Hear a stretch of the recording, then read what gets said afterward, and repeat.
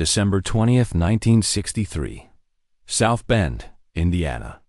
The gates of the Studebaker plant close quietly, almost politely. But outside, the message lands like a punch. Thousands of workers are done. 2 weeks before Christmas. For most of the country, Studebaker was just a car brand. For South Bend, it was the clock that set the day. The paycheck that paid the mortgage. The job your dad had and you assumed you'd have too. And that's the question that makes this story bigger than cars. How does a company that survived the Civil War, 2 world wars, and the Great Depression collapse in barely over a decade? A century earlier, the Studebaker name meant something simple. It won't break.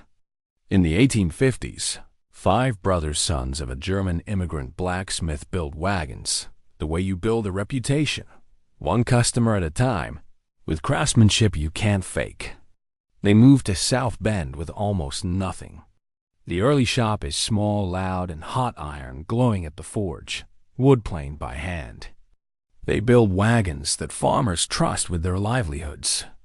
Then the Civil War hits, and suddenly quality isn't a selling point, it's a requirement. Studebaker wins government contracts, proves reliability under brutal conditions, and the name spreads across the country.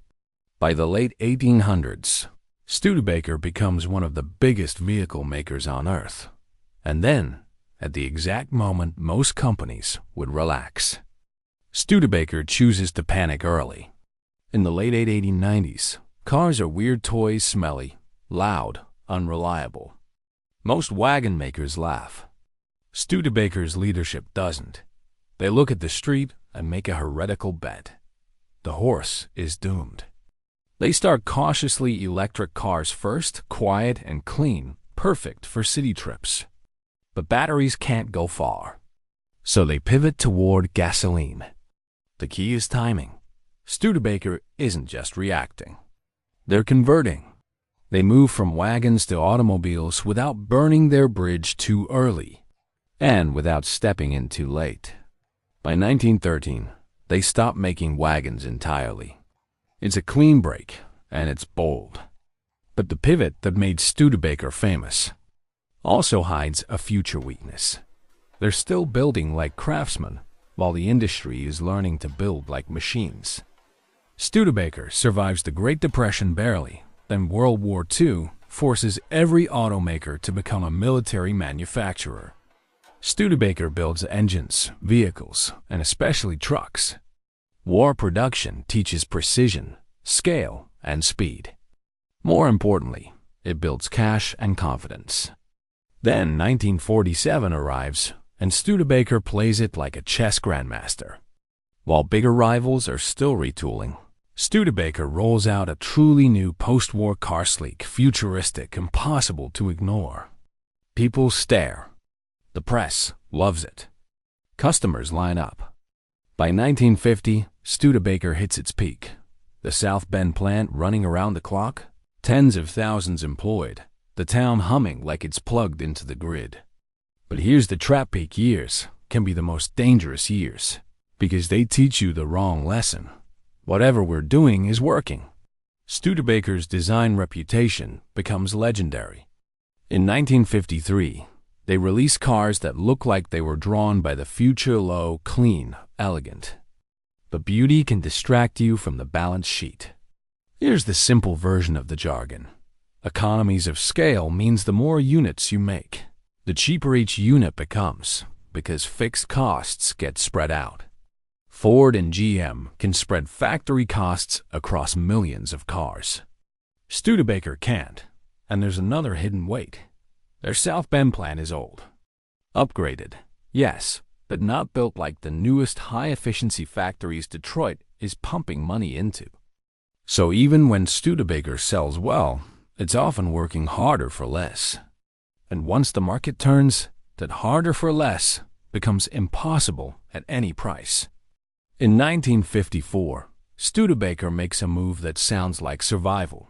Merge with Packard. The logic is easy to sell: combine 2 companies, share parts, share dealers, cut costs. But in reality, It's closer to strapping two leaky boats together and hoping you've invented a ship. Packard brings debt and its own problems.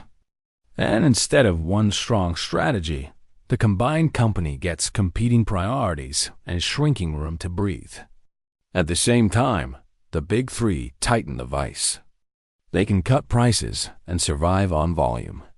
Studebaker can't. Dealers start to drift away because a dealer doesn't just sell your car. They bet their business on whether you'll be around to honor warranties and supply parts. Once that confidence cracks, it spreads fast. And then Studebaker finds a temporary lifeline. That accidentally proves the big three can copy them and crush them. In 1959, Studebaker hits on something real. The Lark, a compact car that fits the moment. After recession anxiety and fatigue with oversized cars, people want practical. The Lark sells.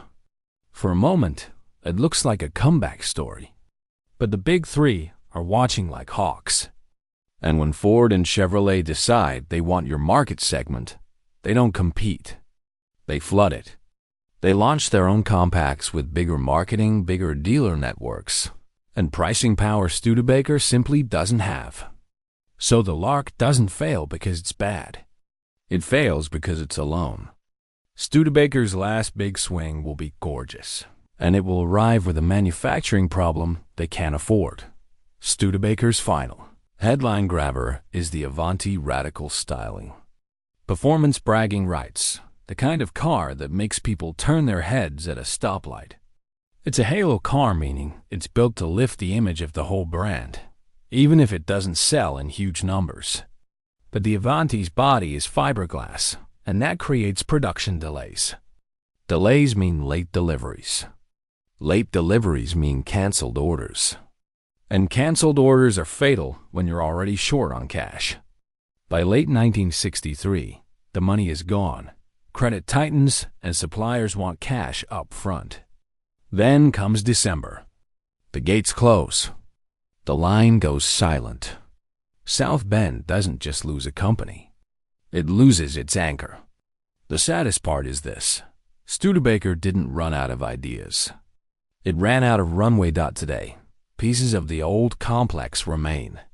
Some buildings repurposed, some empty lots where the noise used to be. A museum preserves the cars and the memory. Studebaker's story leaves 3 lessons that still matter. Lesson 1. In manufacturing, scale is strategy.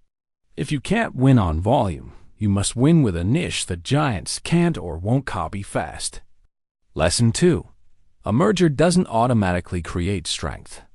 If both sides are weak, the math often gets worse, not better. Lesson 3. Peak years are when you should invest hardest. Because once the downturn arrives, the money you need to modernize is exactly the money you won't have. Studebaker built beautiful machines. But the modern auto industry didn't reward beauty alone. It rewarded speed, scale, and cash.